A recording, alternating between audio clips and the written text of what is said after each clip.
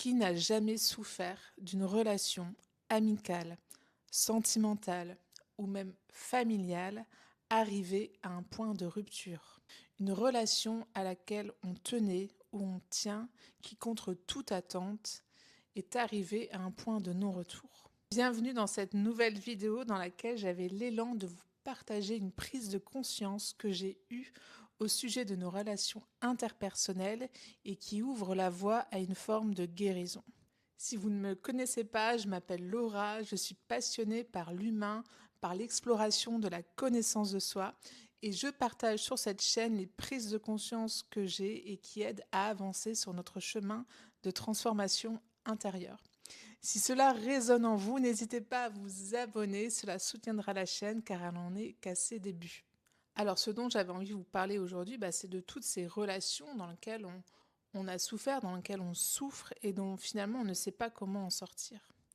On en souffre parce qu'un conflit est apparu, parce que quelqu'un a dit ou fait quelque chose, ou nous a reproché d'agir d'une telle manière, et puis finalement, on en arrive à un point de rupture, ou alors ce point de rupture n'est pas encore véritablement établi, mais on sent en fait qu'il pourrait y avoir un basculement prochainement, et qu'on pourrait en arriver là. Et donc souvent, le premier réflexe pour sortir de cette souffrance, c'est de se dire, il y a quelque chose à guérir. En fait, si je souffre, si je ne l'accepte pas, c'est qu'il y a quelque chose en moi qui résonne avec quelque chose qu'il y a chez l'autre, et on en est arrivé là. Donc j'ai ma part de responsabilité, donc je vais aller voir ce que j'ai en moi qui fait que j'en arrive à ces situations-là dans mes relations personnelles. Et donc on va aborder ça sous l'angle des blessures. On a tous entendu parler de ces fameuses blessures émotionnelles ou relationnelles dans lesquelles se jouent des blessures de rejet, d'abandon, d'humiliation, d'injustice, etc. Alors je ne dis pas que ces blessures n'existent pas. D'un certain point de vue, oui, on peut dire qu'elles existent. Mais pour moi, le cœur du problème ne se situe pas là. Pour moi, c'est vraiment rester en surface que d'explorer la situation relationnelle sous l'angle des blessures. En fait, c'est comme si on avait un oignon avec plusieurs couches, et puis la première couche qu'on va enlever, c'est cette couche des fameuses blessures relationnelles dont Lise Bourbeau nous parle. Et puis, à la manière d'un enquêteur, on va venir gratter la seconde couche de cet oignon et puis on va explorer ça sous l'angle des personnages. Alors moi, je ne me situe pas trop dans les personnages du masochisme, etc., comme Lise Bourbeau l'appelle. Pour moi, il y a véritablement 3 personnages qui sont à l'œuvre et qui activent certaines blessures. Ce sont les personnages du triangle de Kirkman, que vous connaissez peut-être. Donc il y a le bourreau, la victime et le sauveur. Et donc pour moi, tous ces personnages dont Lise Bourbeau parle, le masochiste, le fuyant et je ne sais plus trop lesquels, ce sont vraiment des dérivés de ces 3 grands personnages-là, bourreau, victime, sauveur. Ce sont 3 archétypes que toutes les personnalités ont quasiment. On a tous, à un moment donné dans notre vie, dans nos relations, pris le rôle du bourreau, de la victime ou du sauveur. Et si on porte tous en notre sein ces 3 personnages-là, bourreau, victime, sauveur, il y en a quand même qui portent plus la lumière que d'autres. Il y en a qui ont une empreinte plus forte que les autres. Et c'est pour ça que certains vont nous coller une étiquette ou une identité de victime, de sauveur ou même de bourreau. Et puis on va avoir tendance à le repérer chez les autres.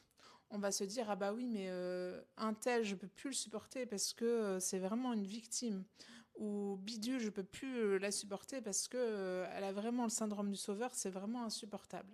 Et donc c'est là que le piège tombe. C'est là que quand on est dans cette posture en fait mentale, cette posture égotique, d'analyser nos relations, d'analyser notre vie sous ce prisme de ces blessures et de ces personnages, c'est là qu'on se perd dans l'illusion.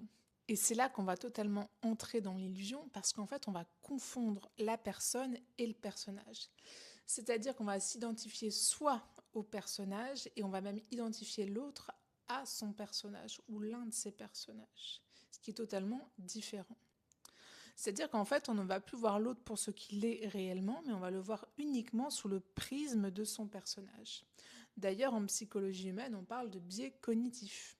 Donc on ne voit plus l'autre tel qu'il est réellement, mais on le voit à travers le prisme de sa blessure ou du personnage qui prend la lumière.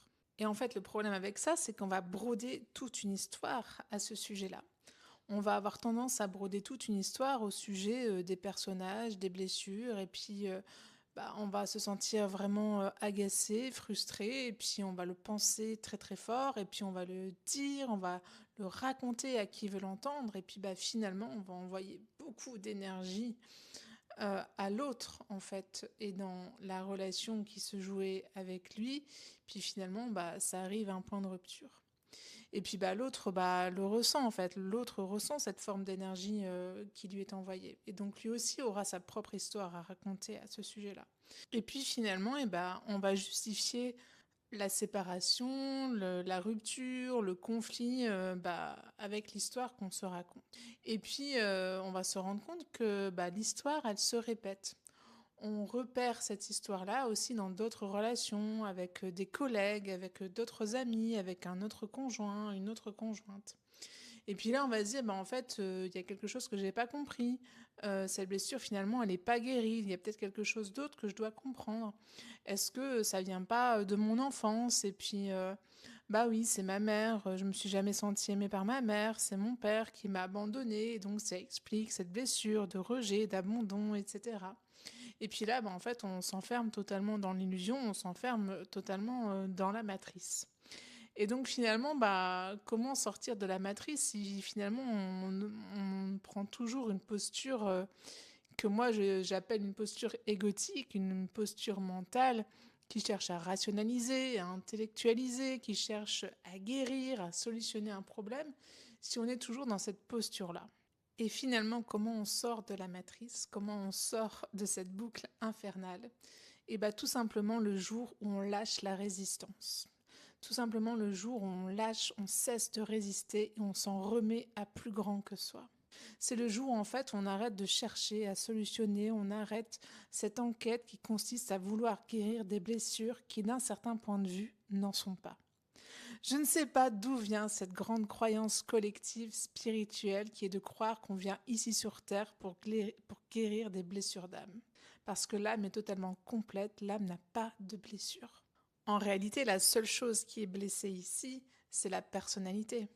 Celui qui est blessé ici, c'est l'ego, pas l'âme, pas la conscience. La conscience est totalement complète. Et là, j'entends certains qui vont me dire « Oui, mais Laura, c'est bien beau tout ça, mais je suis quand même ici dans cette réalité en 3D, avec un corps physique, avec une personnalité. Et je vois bien qu'il y a des choses qui se répètent dans mes relations et qui me font souffrir. » Oui, mais alors en fait, si tu penses encore que tu es là pour guérir des blessures et que c'est ça qui va t'aider à améliorer tes relations aux autres, pardonnez-moi de vous le dire, mais vous vous fourvoyez totalement. Parce qu'en fait, on n'est pas ici sur Terre pour guérir des blessures, on est ici sur Terre pour apprendre à aimer, à s'aimer davantage, à s'aimer soi et à aimer les autres. Et quoi de mieux que les relations interpersonnelles pour apprendre enfin à s'aimer totalement? Et c'est là qu'en fait la magie de la vie opère à travers ce que moi j'appelle les vases communicants relationnels. Et c'est quoi les vases communicants relationnels? C'est qu'en fait, quand vous aurez répété suffisamment de fois le même schéma, la même histoire, avec ces fameuses blessures qui s'activent, à un moment donné, quand vous êtes prêt, quand il y a cette brèche de lumière, quand il y a cette brèche de conscience qui apparaît, vous allez intervertir les rôles. C'est-à-dire que la personne qui vous a fait souffrir dans une relation précédente, vous allez prendre sa place dans une autre relation. Je m'explique. Si dans une précédente relation, vous avez eu le sentiment que l'autre s'est mal comporté avec vous, vous a traité de manière injuste et vous ne l'avez pas compris, je vous garantis qu'à un moment donné où cette brèche de lumière, cette brèche de conscience apparaît dans votre vie, qu'on appelle aussi la grâce, vous allez intervertir les rôles et peut-être que c'est vous qui aurez cette posture de bourreau dans cette nouvelle relation. Alors que vous avez le sentiment d'être une bonne personne et que ça n'a jamais été votre intention de faire souffrir l'autre. Et pourquoi ça se passe comme ça? Parce qu'en fait, l'autre, de par ses personnages qui activent certaines blessures, en fait, va vous envoyer une fréquence énergétique. Et cette fréquence énergétique-là va entrer en disharmonie avec votre propre fréquence. Et le propre de l'être, c'est de vouloir maintenir cette harmonie vibratoire. Et donc, pour maintenir cette harmonie vibratoire, désolé, il y a mon chat qui m'embête, pour maintenir cette harmonie vibratoire, il y a des mécanismes de protection, des mécanismes de défense qui vont s'activer et ils vont être activés par qui? ils vont être activés par l'ego, par la personnalité. Et donc, ce qui va se passer, c'est que peut-être que vous allez mal vous comporter du point de vue de l'autre, peut-être de manière injuste, mais en fait, tout ce que vous voulez, vous, c'est vous protéger, protéger votre énergie. Et donc, finalement, tout ça n'avait rien à voir avec l'autre. Finalement, vous verrez qu'en prenant la position inverse, vous verrez que vous n'avez jamais eu d'intention malfaisante, méchante envers la personne. Et c'est pour ça qu'on dit souvent de ne jamais prendre les choses personnellement, parce que ça n'a rien à voir avec soi, mais ça a plus à voir avec l'autre, avec son ressenti, avec son énergie. Et finalement, quand on se rend compte qu'on agit d'une telle façon envers quelqu'un, juste en fait pour se protéger, et ça va même au-delà d'un mécanisme de protection, en fait on fait ce qui est bon et juste pour soi, pour rester en harmonie avec soi, on se rend compte qu'il n'y a pas de mal à ça, qu'en fait c'est juste un acte d'amour envers soi-même. Et donc on ne peut pas en vouloir à l'autre. Et quand on prend sa place, quand on est totalement à la place de l'autre parce qu'on vit la situation qu'il a pu vivre dans cette relation passée qui nous a fait souffrir, alors on se rend compte qu'en fait il n'y avait que de l'amour.